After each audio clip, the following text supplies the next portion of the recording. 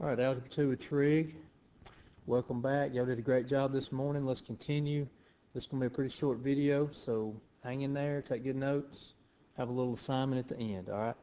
We're going to talk about Chapter 1-5, Absolute Value Functions and Graphs. Since we're already talking about graphing lines, I felt like this would be a good continuation of that, so let's just carry right on and let's continue graphing with absolute value this time. First of all, an equation in this form, the form that you see right here, y equals absolute value of mx plus b plus c, is an equation that's an absolute value equation with two variables. The graphs of these absolute value equations are V-shaped, like we discussed this morning from your graduation exam. The vertex of an absolute value equation is the maximum or the minimum value where the graph, for lack of a better word, turns. So just kind of quickly here, if the V vertex is at the bottom, that would be a minimum because it's at the bottom and the graph is actually going up. And then obviously the opposite of that is true. If it's V-shaped and headed down like this, the vertex where I'm just made that green dot would be a maximum because it's at the top of the graph, okay? And we'll talk a little bit more about that as we go into the details of this little lesson. Okay, the first thing we're going to do is discuss two methods for graphing these things. One is the old-fashioned way, and this will be your go-to guy, your go-to method. If you forget everything else, you can always use the old t-table, all right? I usually use 1, 0, and minus 1. But this time I'm going to throw a 2 in there with it as well, just to give us a couple of more points and let you guys start so y'all can see the graph forming. Now I've left my absolute value symbols off of this thing, so let me put them back on there. I believe this is example 1 in your book. All right, so here we go. Y equals the absolute value of 3x plus 12. Let's graph that. We'll do the numbers in our head, guys. Y'all can handle that. And I'm going to write the y coordinates down. Input, output. Remember our discussion from Monday. If x is 2, 3 times 2 is 6. 6 plus 12 is 18. That's not a very good coordinate to be using with this graph because it only goes to 10. Okay? So let's try our 1. 3 times 1 is 3. 3 plus 12 is 15. Once again, not a good coordinate to use because big numbers. Even 0 don't work out real well for us. 3 times 0 is 0 plus 12 is 12. It's getting uglier by the minute.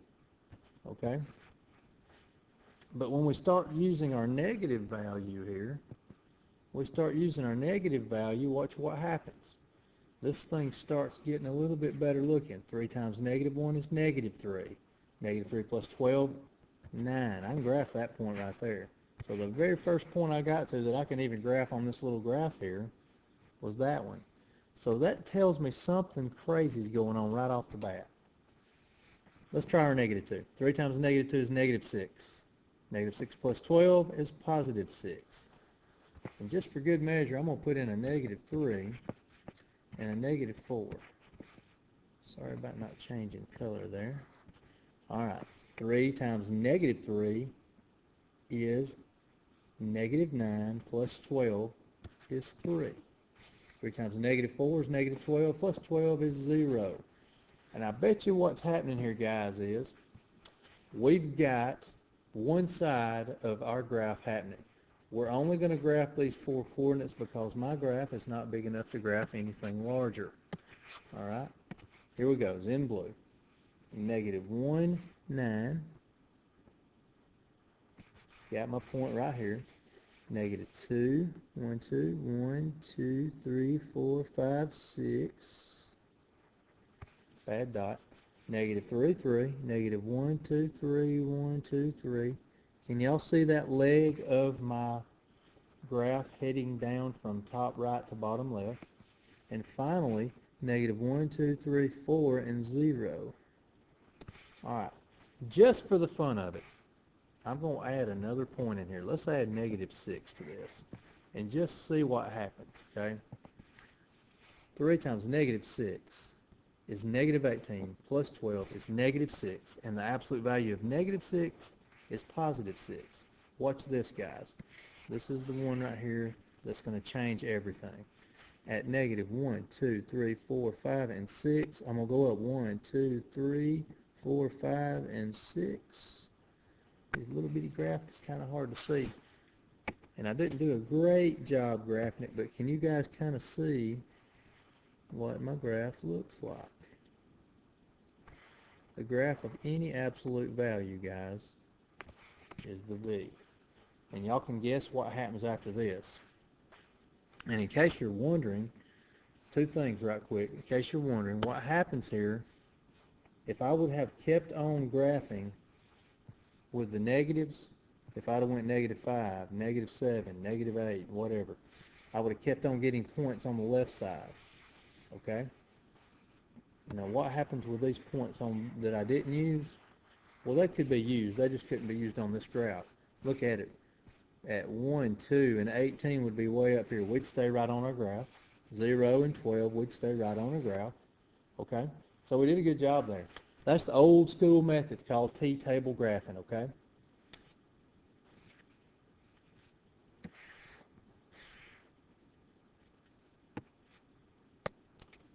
Okay.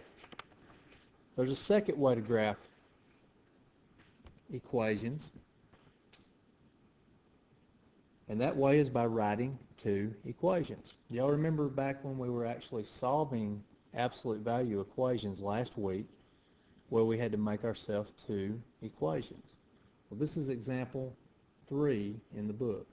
It says graph y equals absolute value of x minus 3 plus 5. The first thing we're going to do using this method is we're going to create 2 equations just like we did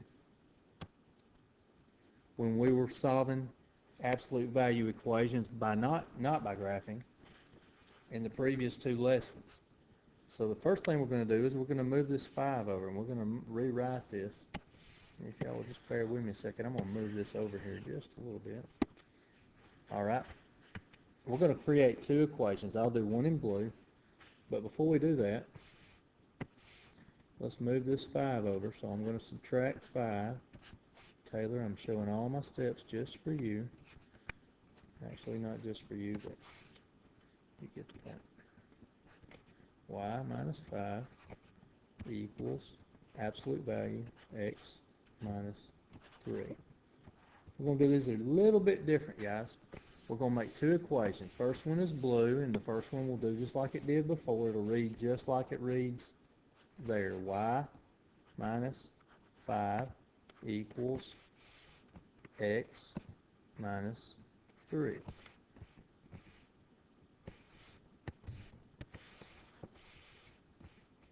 The second one I'll do in green, it will read y minus 5 is equal to negative parentheses x minus 3. We'll put it in parentheses to help us remember to change the sign. Okay. We will now solve both of these equations for y. The blue one is very simple. You just add 5 to both sides, showing all of our steps once again. And y equals x plus 2. And we should be able to handle graphing that guy. On the right side, the green equation, we have a little work to do before we can actually solve it. We've got to distribute this minus. Remember, I told y'all to treat it like a minus 1 last week. That'll be minus x plus 3. All right, now we'll do the same thing. Add 5, and we got 2 fairly simple linear equations to graph here. That's negative x plus 8.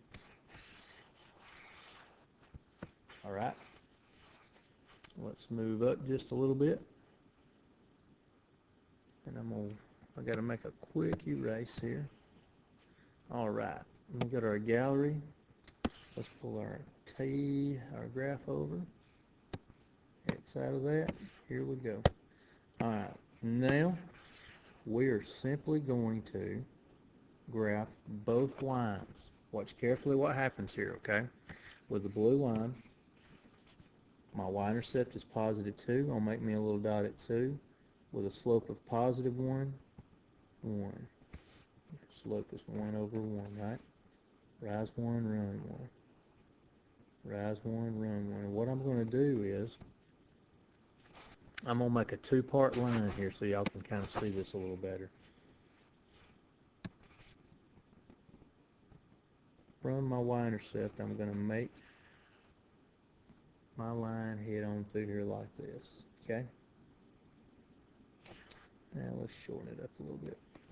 Okay, with my green line, let's do it again. This time, my y-intercept is at 1, 2, 3, 4, 5, 6, 7, and 8, with a slope of negative 1 and 1. Y'all can make as many dots as you wish, negative 1 and 1. You can see right there where they meet. Okay, hopefully I got a green line, and I do. Alright, I'm just going to cross them on out here. Alright. The graph of the function, guys, is from where they meet up on this particular equation. And the reason it's up is because my absolute value was not a negative number. It was not a negative value. It was a positive. And I didn't leave myself enough room. Alright? But if you'll graph, and I will highlight now and show you a little bit easier what I'm talking about. Let's do yellow. There is my absolute value equation. Okay? It's a pretty simple deal. So you got two choices, guys. You can plug and chug with your t-table, like we did in the first example, or you can use procedures here to make two equations, graph both lines, and there you go. Okay? Good deal.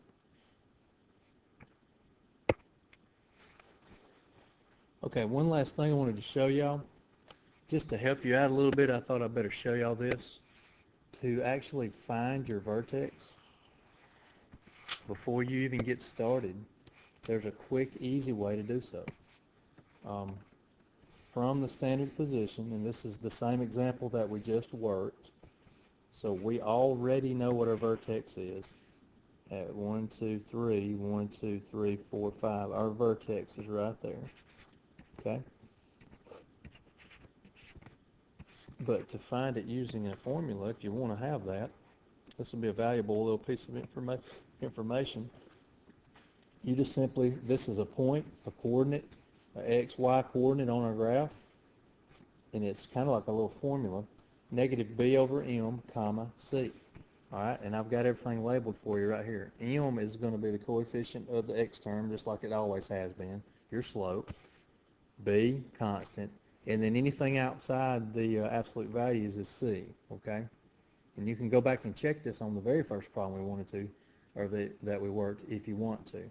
But real quick and simple, if you want to do the vertex on this, it's negative B, so that'd be 3. Since 3 was negative, you change the sign, over M, M is 1, comma, C, C is 5. And we'll double check it one last time. We don't like to leave our answer like that. 3 over 1 is 3, comma, 5. 3, comma, 5 up here. 1, 2, 3, 1, 2, 3, 4, 5, and you got your vertex, okay? If you want to, run back up here and check the other one. All right, from here, it's parenthesis, negative B over M, comma, C. There was no C on this first one, so that'll be a 0. Negative 12 over 3 reduces to negative 4. And if you'll look, my vertex is at negative 1, 2, 3, 4, 0, right there. Okay? So for you guys that like to find your vertex first, and y'all will develop your own little style as we go through this, y'all can use that little formula also.